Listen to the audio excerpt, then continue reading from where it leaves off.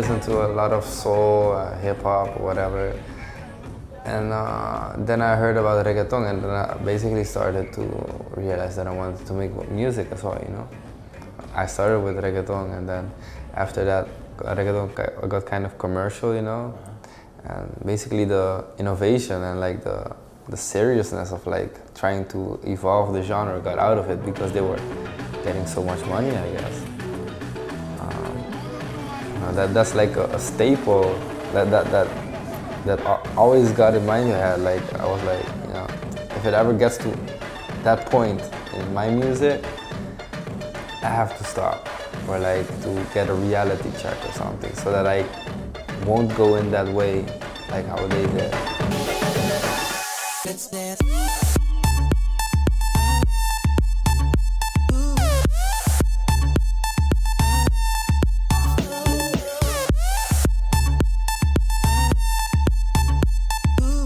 Like my mother always used to listen to Spanish romantic ballads while she was cleaning the house or like ironing, that type of stuff. I know all of those tracks out of my head because I heard it so much. And I actually have an EP that is not out yet, and it's called Fucking Up Your Mom's Favorite Tracks. And then I remixed her favorite tracks into kuturu, into Baltimore Club, into whatever the fuck.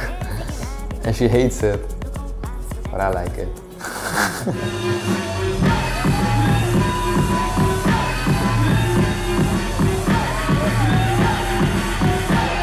My main thing is to bridge gaps in music. Like, I just try to combine music that, you know, that you wouldn't see together in the first hand. And, you know, try to keep things interesting, you know, like, it doesn't have to be like in the same formulas, the same standards or whatever the fuck. Like, I just try to do the exact opposite of that. And, you know, after reggaeton, I was like going to breakcore, going to like the earlier type of dubstep, into kuturu, baile funk, Baltimore Club. Eventually, I came to see Moombaton.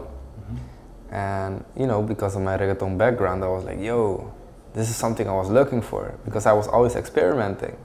And I even had like tracks that combined reggaeton with breakcore that eventually became the start of Moombacore, because I was like, hey, like a friend of mine, Sean Bass, he was saying like, yo, you listened to breakcore before? And I was like, yeah, that's my shit, blah, blah. We started talking and he was like, ha ha ha, Moombacore.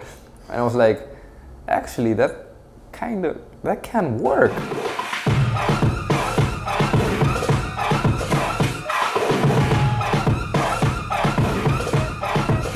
That I was looking for, because I was trying to combine house with reggaeton, like the house build-ups and like the progress of house, and then mix it with reggaeton type of music, you know. And you know, I was almost there, but I never really got to where I wanted to be. And sometimes it's just like the thing, what you need to do is just so in your face that you don't see it. Because I was from Holland, I was making Dutch house, I was making reggaeton, but I never put those two together. And when I saw that thing from Dave Nada, I was like, this is it. And without knowing it, I made the first originals from the genre. Yeah. And I made it in the same night, like 4 tracks. And that was like pure inspiration, because I knew this was something that I wanted to do for so long.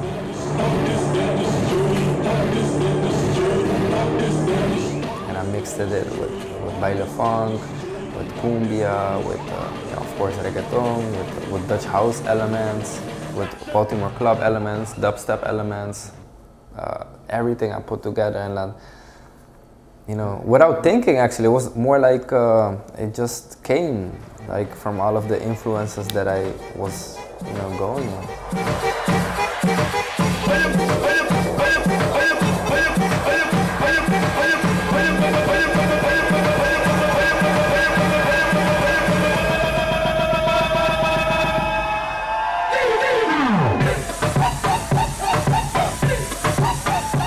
One thing that really pissed me off and like really annoyed me, like it's the disrespect towards genres that, you know, like a big producer or something, like they think like, you know, I can do this. Yeah, that's what it is. I can do this right away. Like, for example, you had baile funk, that was a hype because M.I.A. was doing that, you know, which was actually an original track from Deze Tigrona in Yesau, and basically M.I.A.'s version was an English version of that. And you know, like the credit didn't really got to where credit was supposed to go, you know, and like she was still like, I read in a couple of blogs and like her interviews that she was still cleaning houses while M.I.A. was like, you know, having that hit. And you know, it's not M.I.A.'s fault, it's just how the music industry works.